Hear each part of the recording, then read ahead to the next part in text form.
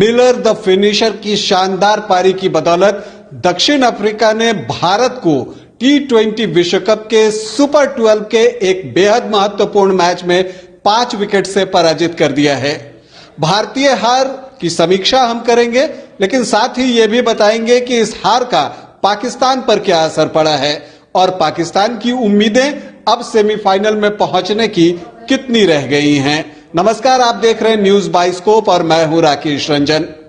सबसे पहले अगर हम बात करें आज के मैच की, जो कि पर्थ में खेला गया नए स्टेडियम में, और हम जैसा कि मैच से पहले जो भी कार्यक्रम कर रहे थे उसमें ये बातें हम सामने लेकर आ रहे थे कि संडे को जो ये मुकाबला होना है पर्थ में, वहां की पिच जो है, पर्थ की पिच जो है वो दुनिया में सबसे तेज मानी जाती है। वहां उछाल होना ही होना है, तो बाउंस होना था, गति थी, और ये इसका इंपैक्ट जो है वो देखने को इस मैच में भी मिला। मैच से पहले हमने जो भी कार्यक्रम किया था उसमें हम ये कहते रहे थे कि ये पेस वर्सेस जो है क्वालिटी बैटिंग का जो एक कंपटीशन है, और इसमें आप कह सकते हैं कि जिस टीम ने बेहतर बल्लेबाजी की वो टीम जीत गई। गेंदबाजी तो दोनों ही टीमों ने बेहतर किया। अगर हम भारतीय पारी से शुरुआत करें तो आप कह सकते हैं कि जब भारत की पारी की शुरुआत हुई तो पहले जो 9 गेंदें थी बस वो आई और चली गई, एक भी रन भारत का नहीं बना। उसके बाद फिर रोहित शर्मा ने छक्का मारकर भारत की पारी की शुरुआत की, और फिर वो सब कुछ ठीक जा रहा था कि एनगिडी आए। एनगिडी जो कि पिछले 2 मैचों से नहीं खेल रहे थे, और दक्षिण अफ्रीका ने आज की पिच को देखते हुए एक अतिरिक्त तेज गेंदबाज को खिलाने का फैसला किया, और हम सब इसकी उम्मीद कर भी रहे थे कि आज एक एक्स्ट्रा फास्ट बॉलर के साथ दक्षिण अफ्रीका जाएगा। वो गया एनगिडी के साथ, और एनगिडी के लिए क्या ये कमबैक रहा, शानदार कमबैक। आते ही उन्होंने सबसे पहले तो रोहित शर्मा को पवेलियन का रास्ता दिखाया, वो भी उनके मनपसंद शॉट को खेलते हुए। रोहित शर्मा शॉर्ट गेंदों को पसंद करते हैं और हुक पुल करना चाहते हैं। गेंद एनगिडी की भी शॉट थी, लेकिन यहां पर गति कुछ अतिरिक्त थी, उछाल कुछ अतिरिक्त था, तो रोहित शर्मा उसे अच्छे ढंग से टाइम नहीं कर सके और वो आउट हो गए, कॉटन बोल्ड ही हो गए, गेंद ज्यादा दूर नहीं जा सकी। इसके बाद फिर बारी आई केएल राहुल की। केएल राहुल भी एक कह सकते हैं कि स्लिप में कैच प्रैक्टिस जैसा करा के वो भी निकल लिया, और आप कह सकते हैं कि रोहित शर्मा ने 15 बनाए तो राहुल का एक और फेलियर हुआ। इसके बाद भारत की सारी उम्मीदें विराट कोहली पर आकर ठहर गई। वो विराट कोहली जो पिछले 2 मैचों में 2 अर्धशतक लगाकर पर्थ पहुंचे थे, और उम्मीदें इस बार बहुत ज्यादा थी। न सिर्फ भारतीय उम्मीदें बल्कि पाकिस्तानी दर्शक भी ये उम्मीद लगाए हुए थे, और पाकिस्तान में जो लोग इस मैच को देख रहे थे सभी ये उम्मीद लगाए हुए थे कि विराट आज पाकिस्तान के खिलाफ जो पारी उन्होंने खेली थी वैसी ही पारी खेलेंगे और भारतीय टीम को यहां से उबार कर ले जाएंगे और एक अच्छा स्कोर बनाएंगे। लेकिन आज विराट भी नहीं चले। संडे को जो वो बाउंस था, उस बाउंस पर वो भी हुक पुल लगाने के प्रयास में रबाडा ने उनका शानदार कैच पकड़ा और वो आउट हो गए। कोहली सिर्फ 12 रन बना सके। मैच के पहले हमने आपको जो कार्यक्रम किया था उसमें बताया था कि अक्षर पटेल की जगह हुड्डा को खिलाया जा सकता है। वैसा ही हुआ, हुड्डा खेले, लेकिन वो आए और गए। खाता भी नहीं खोला, स्कोरर को कोई परेशानी उन्होंने नहीं दी, कोई मेहनत नहीं करवाई स्कोरर से, बस वो आए और वापस पवेलियन चले गए। तो 50 रन भी नहीं हुआ था, 49 रनों पर भारत की आधी टीम पवेलियन लौट चुकी थी। अब इसके बाद आप अंदाजा लगा सकते हैं कि टीम कैसे आगे बढ़ती। ये एक बड़ा सवाल था, लेकिन इस सवाल का जवाब बनकर आए सूर्य कुमार यादव। बिल्कुल चमक रहे थे, और कहना होगा कि इस पिच पर जो सूर्य कुमार यादव ने बल्लेबाजी की और बाकी बल्लेबाजों ने बल्लेबाजी की, उसे देखते हुए मैं ये कह सकता हूं कि लग ऐसा रहा था कि सूर्य कुमार यादव एक अलग पिच पर बल्लेबाजी कर रहे हैं और बाकी बल्लेबाज जो हैं वो एक अलग पिच पर बल्लेबाजी कर रहे हैं। सूर्य कुमार यादव की इस आज की पारी की जितनी तारीफ की जाए वो कम है। क्या इनिंग थी वो, आप समझिए, कंडीशन समझिए, सिचुएशन समझिए। पिच पर बाउंस था, स्पीड थी, और इसके अलावा सिचुएशन ये था कि भारत की आधी टीम पवेलियन लौट चुकी थी। अंडर प्रेशर ये परफॉर्म करना था। हवा तेज चल रही थी, गेंदबाजों को पूरी मदद मिल रही थी, खास करके तेज गेंदबाजों को। ऐसी परिस्थिति में सूर्य कुमार यादव ने दिखाया, उन पर यह आरोप लगता रहा था कि वो बड़े मैचों में स्कोर नहीं कर पाते, तो आज उन्होंने दिखाया कि नहीं, मैं बड़े मैच में भी स्कोर कर सकता हूं। और क्या पारी उन्होंने खेली, हर तरफ स्ट्रोक लगाए, 6 चौके लगाए, 3 छक्का लगाया और मात्र 40 गेंदों पर उन्होंने 68 रनों की बेमिसाल पारी खेली। दिनेश कार्तिक उनका साथ निभाते रहे, हालांकि दिनेश कार्तिक भी कुछ खास नहीं कर सके और 2 अंकों में भी नहीं पहुंच सके, सिर्फ 6 रन बनाकर वापस पवेलियन लौट गए। तो एकमात्र जो भारत की तरफ से बल्लेबाजी हुई, जो वो बैटर जो कि संघर्ष करता दिखा और खुलकर अपने शॉट लगाता रहा, संघर्ष करना सही शब्द नहीं होगा सूर्य कुमार के लिए, क्योंकि उन्होंने अपने अंदाज में क्रिकेट खेली और विकेट के चारों तरफ स्ट्रोक लगाए, वो स्ट्रोक लगाए जिनके लिए वो जाने जाते हैं। लेकिन बाकी कोई भी भारत का बल्लेबाज जो है वो यहां पर अच्छी बल्लेबाजी नहीं कर सका और भारतीय टीम निर्धारित 20 ओवर में 9 विकेट के नुकसान पर 133 रन ही बना सकी। जहां तक अगर हम बात करें आज के मैच में, तो पावर प्ले में भारतीय टीम जो है, भारतीय टीम ने 33 रन बनाए। 7 से जो 15 ओवर जो मिडिल ओवर्स होते हैं वहां पर भारतीय टीम ने 68 रन बनाए। यहां तक तो ठीक था, लेकिन जो आखिरी के 5 ओवर थे, टीम इंडिया वहां पिछड़ गई और वहां पर उन्होंने सिर्फ 32 रन बनाए। 15 ओवर की समाप्ति के बाद जहां भारत का स्कोर 101 रन था, 20 ओवर के बाद भारतीय टीम सिर्फ 133 तक पहुंच सकी और यह बहुत बड़ा फर्क हो गया इस मैच में।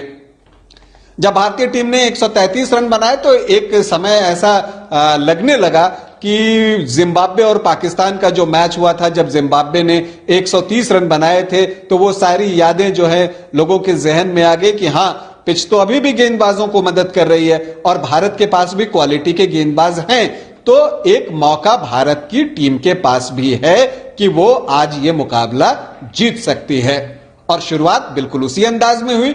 अर्शदीप ने अपने दूसरे ओवर में क्या गेंदबाजी की और अर्शदीप ना गेंद को लहरा रहे थे। जो भी क्रिकेट को समझते हैं, अगर वो अर्शदीप का वो दूसरा ओवर देखे होंगे और जिस तरह से उन्होंने स्विंग की है और गेंद आई है लहराते हुए, वो देखना मतलब आंखों को सुकून देने जैसी बात थी। और अर्शदीप ने वहां पर 2 विकेट लेकर दक्षिण अफ्रीका की टीम को बैकफुट पर ढकेल दिया। कप्तान बाबूमा भी आज असफल रहे, हालांकि उन्होंने कुछ आड़े तिरछे शॉट लगाने के प्रयास किए लेकिन सफल नहीं हो सके। मोहम्मद शमी ने उनका विकेट लिया, कार्तिक ने विकेट के पीछे उनका एक शानदार कैच लपका। तो 3 विकेट जो है 24 रनों के स्कोर पर दक्षिण अफ्रीका के गिर चुके थे। लग रहा था कि मैच भारतीय टीम की झोली में गिरने वाला है, लेकिन यहां पर मार्करम आए और उनका साथ देने के लिए आए मिलर।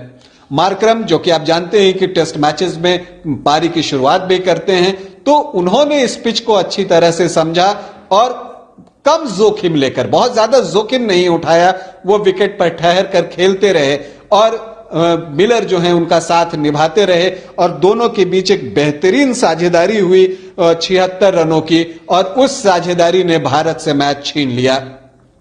लेकिन इन सब के बाद भी जबकि मार्करम आउट हुए तब भी मैच भारत के पास था, लेकिन भारत के पास 3 गेंदबाज तो क्वालिटी के थे।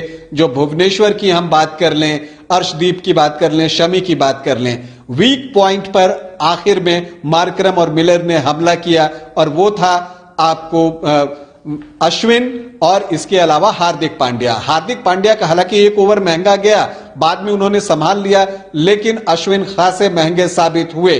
और आप कह सकते हैं कि 10 ओवरों तक, जो दक्षिण अफ्रीका की पारी के 10 ओवर हुए थे, उस वक्त तक भारतीय टीम मैच जीतने की ज्यादा प्रबल दावेदार थी। लेकिन 11वां और 12वां ओवर जो है उसने पूरा मैच का टेम्पो ही चेंज कर दिया और आप कह सकते हैं कि जो 11वां और 12वां ओवर है वो इस मैच का टर्निंग पॉइंट साबित हुआ। इन 2 ओवरों में 25 रन बने और जो 1 ओवर उसमें हार्दिक ने फेंका था उसमें 16 रन आ गए। तो एक तरह से टीम इंडिया वहां से बैकफुट पर आई, टेम्पो बदल चुका था। अगले 3 ओवर्स में दक्षिण अफ्रीका ने खुलकर स्ट्रोक लगाए और 15 ओवर तक गेम उनके पास पहुंच चुका था। लेकिन उसके बाद फिर से भारतीय टीम ने वापसी की। अश्विन ने फिर एक विकेट लिया उन्होंने, लेकिन इसके बावजूद जो है बात वो संभली नहीं।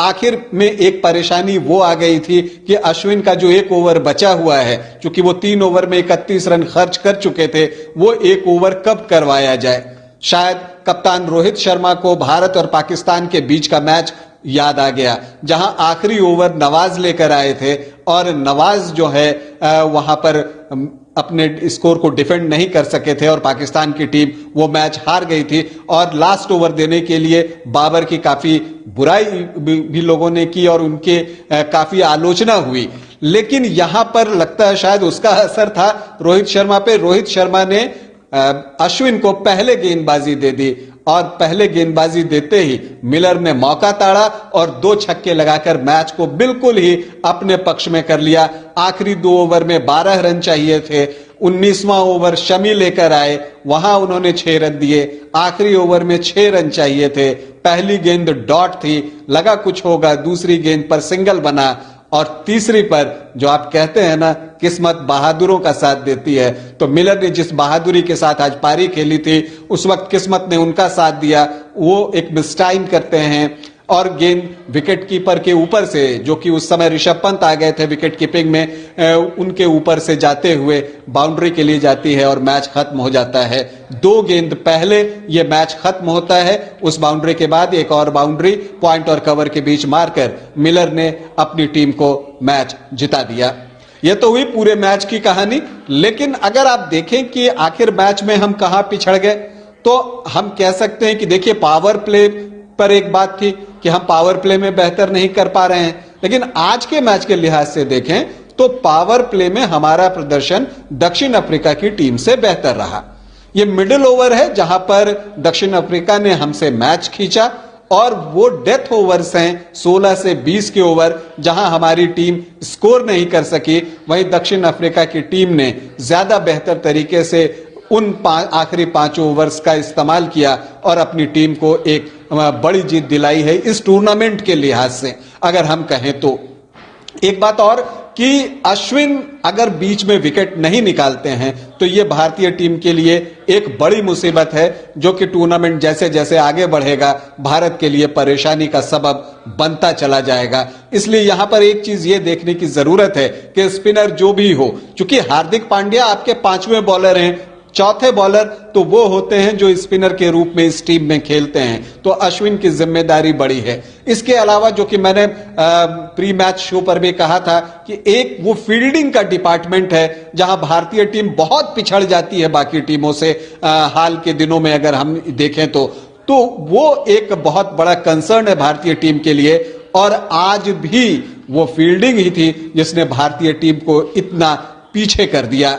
जब मार्करम जो है बल्लेबाजी कर रहे थे और 63 रन साउथ अफ्रीका का स्कोर था, उस वक्त अश्विन की गेंद पर विराट कोहली ने एक आसान सा कैच टपका दिया।